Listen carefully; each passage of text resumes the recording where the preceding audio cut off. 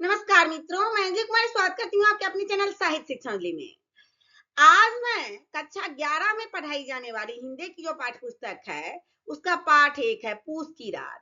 और इस कहानी को मुंशी प्रेमचंद जी ने लिखा है।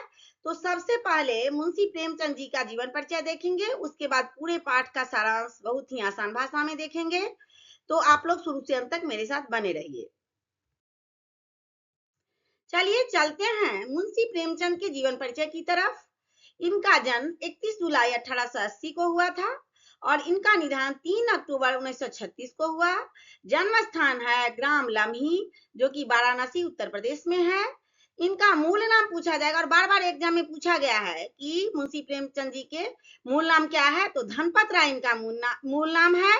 और आरंभ में लेखन का काम जब शुरू किए तो नवाब राय के नाम से शुरू किए। और इनके माता का नाम आनंदी देवी है। पिता का नाम पूछा जाएगा तो इनके पिता का नाम मुंशी अजायब राय है। शिक्षा तो 1910 में इन्होंने इंटर किया और 1919 में बीए किए। इनकी वृत्ति क्या है? तो वृत्ति से प्राइवेट ट्यूशन पढ़ाते थे, स्कूल में भी पढ़ाते थे, अध्यापक थे। और जलियांवाला बाग हत्याकांड और असहयोग आंदोलन के छिड़ने के बाद, यहाँ प्रिंटिंग मिस्टेक है थोड़ा सा, असहयोग आंदोलन जब छिड़ा ना तो उसमें इन्होंने सक्रिय रूप से भाग लिया। और उसके बाद जब भाग लिया तो सरकारी नौकरी को छोड़नी पड़ी। संपादन मर्यादा, माधुरी, जागरण इनकी प्रसिद्ध पत्रिका है। और प्रमुख कृतियां हैं सेवा सदन, प्रेमाश्रय, रंगभूमि, ये सब इनकी प्रमुख कृतियां हैं। अब चलते हैं प्रमुख उपन्यास की तरफ। प्रेमाश्रय, कायाकल्प, गोदान, गवन, रंगभूमि, निर्मला इत्यादि जो है ना, इनका प्रमुख उपन्यास है। और प्रमुख कहानियां इनके बड़े भाई साहब, नमक का दरोगा, जो कि बहुत ही प्रसिद्ध कहानी है, पूस की रात, जो कि अभी हम पढ़ेंगे। अब पहला पाठ जो है, पाठ 1 पूस की रात, यह मामूली पाठ नहीं है। इस पाठ को टीवी चैनल के माध्यम से भी दिखाया जा चुका है और भारतीय स्कूलों में व्यापक रूप से यह पढ़ाया जा रहा है। और यह पूस की रात जो है, यह महान हिंदी लेखक मुंशी प्रेमचंद जी की बहुत प्रसिद्ध कहानी है। और इसे कुछ स्कूल में सर्दी की रात या जनवरी की रात के रूप में भी पढ़ाया जाता है। पूस की रात है तो सर्दी की रात के रूप में भी पढ़ाया जाता है, उपनाम दे दिया गया है। हल्कू जो है, इस कहानी का जो पात्र है, प्रमुख पात्र हल्कू है, वह एक गरीब किसान है और जिस पर अपने मालिक सहना का पैसा बकाया है। वह गरीब है, इसीलिए अपने मालिक का पैसा बकाया रखे हुए है। इस कहानी में हल्कू एक किसान है और हल्कू और उसकी पत्नी जो भी काम करते हैं ना, उसका अधिकांश हिस्सा उसके मालिक के पास चला जाता है। अब जो भी कमा करके पैसा इकट्ठा करते हैं, उसका अधिकांश हिस्सा मालिक को ही दे देते हैं। क्यों दे देते हैं? क्योंकि उधार के पैसे पर ब्याज दर इतनी अधिक हो जाती है कि हल्कू को लगता है कि वह पूरा कर्ज नहीं चुका पाएगा, इसी कारण से वह गरीब भी है। और सहना जो है, जो कि हल्कू का मालिक है, पैसे की मांग करते हुए हल्कू के घर के बाहर इंतजार करती है। हल्कू किसी तरह एक नया कंबल खरीदने के लिए 3 रुपए बचाने में कामयाब रहता है, क्योंकि उसे रात में अपने खेत की देखभाल करते समय एक भारी कंबल की जरूरत होती है। अब यहाँ पर बताया गया है कि वह बचा करके रखता है पैसा, लेकिन क्यों रखता है? कंबल खरीदने के लिए। लेकिन वहां पर तो सहना जो है ना, फिर पैसे की मांग करने के लिए आ जाता है। मुन्नी, जो कि उसकी पत्नी है, इस बचाए हुए पैसे को मालिक को देने से अनिच्छुक है। उसकी इच्छा नहीं है कि हम जो 3 रुपए बचाए हैं वो मालिक को दे दें। लेकिन हल्कू जोर देकर कहता है कि ठंडी रातें मालिक की प्रताड़ना से बेहतर है। मतलब क्या? इसका अर्थ हुआ कि मालिक की डांट फटकार सुनने से बेहतर है कि बिना कंबल की ठंडी रात हम गुजार लें। वह सहना को पैसे दे भी देता है। अंधेरी और बेहद सर्द रात में हल्कू अपने खेत में पहुंच जाता है और वह छप्पर के नीचे खाट पर बैठ जाता है। और खाट के नीचे उसके पास एक कुत्ता है जिसका नाम जबरा है। तो खाट के नीचे उसका कुत्ता जबरा जो है ना, वह पड़ा है, उसका पीछा नहीं छोड़ता, जहां जहां जाता है वहां वहां जाता है। जो रात की ठंडी लहरों के कारण रो रहा है। बहुत उसकी रात है, ठंड ज्यादा है, जिसके कारण वह रो रहा है और उसका चुप करना भी मुश्किल है। धूम्रपान करते हुए, धूम्रपान का सिगरेट पी रहा होगा, बीड़ी पी रहा होगा, हालकू भूमि के अधिपत्य पर अपने भाग को कोस रहा है, सोच रहा है कि हाय रे मेरा भाग, 3 रुपया भी रखे थे वो भी मालिक ले गया। तो अपने भाग को कोस रहा है और उसे रात की ठंड में खेत की रखवाली करना मुश्किल हो रहा है।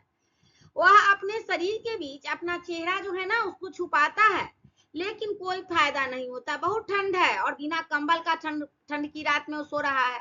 तो चेहरा को छुपाता है लेकिन कोई फायदा नहीं हो रहा है। वह हाथ रगड़ता है और मुड़ता रहता है, लेकिन उसे कोई गर्मी नहीं मिलती है। वह मनुष्य और पसी के बीच में सारे भेदों को भूल करके, जब बहुत ज्यादा ठंड लगा ना, तो वह मनुष्य और पशु के बीच में जो भेदभाव होता है उसको भूल जाता है और कुत्ते को अपने बिस्तर पर बुलाता है और उसे गले लगा करके उसके साथ सो जाता है। कुत्ते के साथ सोने से हालकू को थोड़ी गर्मी मिलती है, लेकिन जल्द ही कुत्ते को खेत में किसी की आहट महसूस होती है और खेत में दौड़ते हुए भौंकने लगता है। वो सितारों से जगमग आकाश की ओर देखता है, लेकिन चमकते हुए सितारे उसकी निराशा और बढ़ा देते हैं, क्योंकि सुबह दूर है, अभी रात बाकी है। हालकू को अचानक याद आता है कि उनके खेत में कुछ दूरी पर आम का बाग है और वहां पर आम के सूखे पत्ते हैं। तो वह हल्की मसूर की फसल से एक झाड़ू तैयार कर लेता है। खेत में, गांव के खेत में मसूर की फसल रहते हैं, उसको उखाड़ लिया और उसी का एक झाड़ू बना लिया। और क्या किया, झाड़ू बना करके गिरे हुए पत्तों को ढेर को इकट्ठा करके देता है और उसमें क्या करता है, आग लगा देता है गर्मी पाने के लिए। वो सितारों से जगमग आकाश की ओर देखता है, लेकिन चमकते हुए सितारे उसकी निराशा बढ़ा देते हैं, क्योंकि सुबह दूर है, अभी उसकी रात बाकी है। हल्को को अचानक याद आता है कि उनके खेत से कुछ दूरी पर आम का बाग है और वहां पर आम के सूखे पत्ते हैं। तो हल्की मसूर की फसल से एक झाड़ू तैयार कर लेता है। वहां से कुछ दूर पर मसूर का खेत है और मसूर को उखाड़ करके वह झाड़ू तैयार करता है और गिरे हुए पत्तों को ढेर को इकट्ठा कर देता है और उसमें क्या करता है, आग लगा देता है, जिससे कि उसको गर्मी मिले। आग लगाने के बाद वह कुत्ते को आग के पास पकड़ करके लाता है। खुद तो आग को तापता ही है और अपने प्यारे कुत्ते को भी ले आता है। अब दोनों मिलकर आग की गर्मी महसूस करते हैं। अब वह राहत महसूस करता है, हल्कू भी और उसका कुत्ता भी। हल्कू इतना खुश हो जाता है कि उसे नींद का एहसास होता है और वह खेत की देखभाल करना भूल जाता है। जैसे ही उसे गर्मी मिलता है तो उसे नींद आने लगती है और जैसे ही वहां सोता है वैसे ही नीले बैल आकर के उसके खेत पर हमला कर देते हैं और कुत्ता भौंकता है और खेत में भागता है। जानवरों को भगाने की जिम्मेदारी लेने के बजाय हल्कू अलाव के चारों ओर आराम और सूखी मिट्टी पर एक नींद में पड़ा रहता है। जानवर खेत चल के चले जाते हैं, लेकिन हल्कू को कोई फर्क नहीं पड़ता। सुबह होते ही सूरज की तेज किरणें जब गांव को चारों ओर से ढक लेती है, तब हल्कू को उसकी पत्नी ने जगाया। वह आराम से सोया हुआ था, तो उसे लापरवाही के लिए रोते हुए डांट रही थी कि गया खेत की रखवाली करने और क्या हो गया। हल्कू के कुछ समझ में आने से बहुत पहले नील गाय ने खेत को नष्ट कर दिया था। मुन्नी उदास थी, जो कि उसकी पत्नी थी, वह उदास थी, लेकिन हल्कू खुश है क्योंकि उसे सर्द रातों में खेत की रखवाली करने से छुटकारा मिल जाता है और वह खेत के मालिक के बजाय मजदूर के रूप में काम करके कर्ज चुकाएगा। वह सोचता है कि मालिक बने फिर भी कर्ज में ही है, तो हम मजदूर बन करके ही कर्ज क्यों ना चुकाएं, हमको तो खेत की रखवाली नहीं ना करनी पड़ेगी।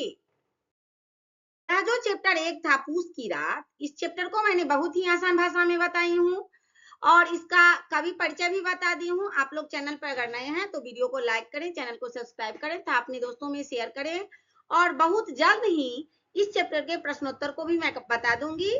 तो तब तक के लिए जय हिंद, जय भारत।